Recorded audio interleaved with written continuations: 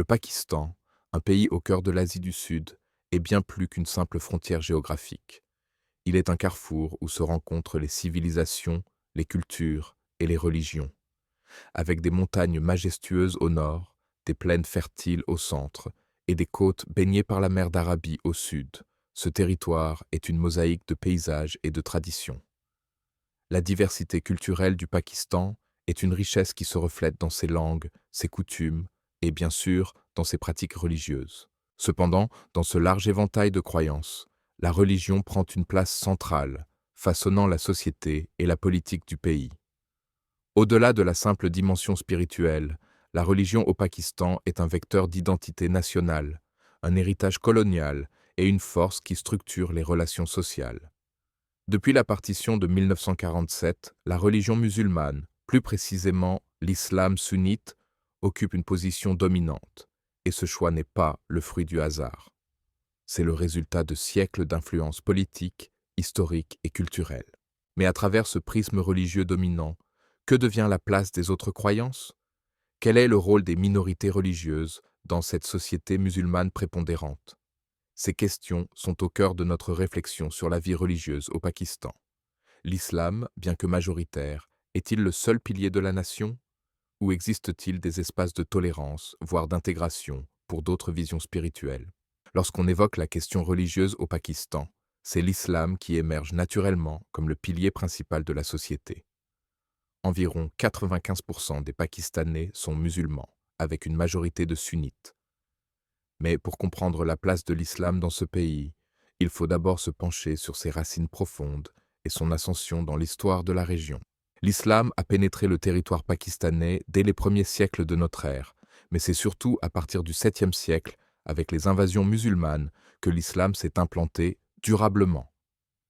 L'empire moghol, qui régna du 16e au 19e siècle, fut l'un des plus grands moteurs de cette diffusion, transformant la région en un bastion de la culture et de la politique musulmane. Lorsque le Pakistan est né en 1947, c'était une terre d'aspiration pour les musulmans du sous-continent, marquant une rupture avec l'Inde, majoritairement hindoue. Le pays a été fondé sur la conviction que les musulmans avaient besoin d'un espace propre pour pratiquer librement leur foi.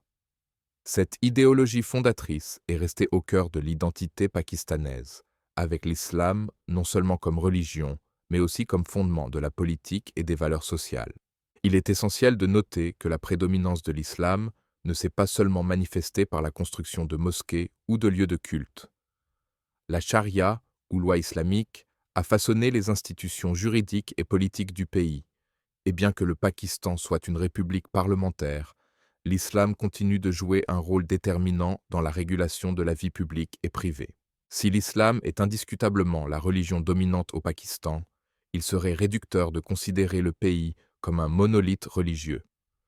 En effet, des minorités religieuses coexistent au sein de cette nation musulmane, chacune avec son histoire, ses traditions et ses défis spécifiques. Les hindous, qui représentent environ 1,25% de la population, sont la plus grande minorité religieuse. Leur présence au Pakistan remonte à des millénaires, bien avant l'arrivée de l'islam. Majoritairement établis dans la province du Sindh, les hindous pakistanais ont contribué à la culture et à l'économie du pays, notamment dans les domaines du commerce et de l'agriculture. Cependant, avec la partition de 1947, une grande partie de la communauté hindoue a été séparée de ses racines, et depuis lors, leur nombre a considérablement diminué en raison des migrations massives vers l'Inde. Les chrétiens, eux, sont présents au Pakistan depuis l'époque coloniale, et bien que leur nombre soit relativement faible, ils ont joué un rôle important dans les secteurs éducatifs et médicaux. Malheureusement, les chrétiens pakistanais ont également été les victimes de diverses formes de discrimination, particulièrement en raison de la loi sur le blasphème, qui les rend vulnérables aux accusations injustifiées et aux violences. Les Sikhs, dont la communauté était historiquement plus importante avant la partition, ont vu leur présence réduite au fil des décennies. Toutefois, ils conservent un lien profond avec leur patrimoine spirituel et culturel, notamment à travers le site sacré de Kartarpur, au Pakistan, un lieu de pèlerinage important pour les Sikhs. Ainsi, bien que minoritaires, ces communautés continuent de jouer un rôle essentiel dans la diversité sociale et culturelle du Pakistan, même si elles restent souvent marginalisées dans de nombreux aspects de la vie publique. La question des minorités religieuses au Pakistan est complexe et marquée par une réalité difficile à ignorer, la persécution et les discriminations. Si, d'un côté, les minorités font partie intégrante de la mosaïque culturelle du pays, de l'autre, elles sont souvent reléguées à la marge de la société, tant sur le plan social que politique. La loi sur le blasphème, par exemple, est un outil redoutable dans ce contexte. Bien qu'elle soit théoriquement destinée à protéger la sacralité de la foi islamique, elle est souvent utilisée à tort pour attaquer des membres de communautés non musulmanes. Les accusations de blasphème peuvent mener à des peines de mort ou à de longues peines de prison, même si les preuves sont inexistantes. Cette législation a conduit à des persécutions de masse contre les chrétiens, les hindous et d'autres groupes. Le cas de la chrétienne Asia Bibi, accusée à tort de blasphème et condamnée à mort avant d'être acquittée, est l'un des exemples les plus tristement célèbres de cette injustice. Outre cette législation, les minorités font face à des défis sociaux quotidiens. Dans de nombreuses régions du Pakistan, elles sont victimes de stigmatisation et leurs droits sont régulièrement ignorés. Les hindous et les chrétiens, par exemple, sont souvent exclus des écoles et des emplois publics, les empêchant de progresser économiquement et socialement. Ils sont aussi parfois confrontés à des violences physiques ou à des expulsions forcées de leurs terres. Le défi n'est pas seulement celui de la discrimination directe. La marginalisation politique est également une réalité pour de nombreuses minorités. Bien qu'il existe des sièges réservés pour les minorités au Parlement, ces derniers restent souvent en retrait et sans réelle influence dans les prises de décision. En réalité, les minorités n'ont que peu de voix dans les affaires nationales, et leurs préoccupations sont souvent ignorées par les leaders politiques musulmans. Malgré ces adversités, les communautés minoritaires continuent de se battre pour leur place dans la société. Beaucoup résistent avec dignité et détermination, préservant leurs traditions religieuses et culturelles au fil du temps. Par exemple, les hindous pakistanais ont mis en place des écoles et des centres culturels pour maintenir vivantes leurs coutumes et leur religion, tandis que les chrétiens ont largement contribué à l'éducation et aux services de santé dans des zones rurales ou défavorisées. L'impact de la religion dans la vie quotidienne des Pakistanais va bien au-delà des lieux de culte. Elle est omniprésente, de l'aube au crépuscule, influençant chaque aspect de la culture et des traditions. Si l'islam occupe une place centrale, il ne se limite pas à la prière ou à l'observance des rites. Il façonne la manière dont les Pakistanais interagissent entre eux et avec le monde qui les entoure. La famille, par exemple, est l'un des piliers de la société pakistanaise, et ces dynamiques sont largement influencées par les enseignements islamiques. Le respect des aînés, l'hospitalité envers les invités et les liens sacrés du mariage sont tous empreints de valeurs islamiques. Dans de nombreuses familles, les enfants sont éduqués dès leur jeune âge à l'importance de la foi et à la pratique religieuse. Les repas, les fêtes et même les loisirs sont souvent structurés autour des principes religieux.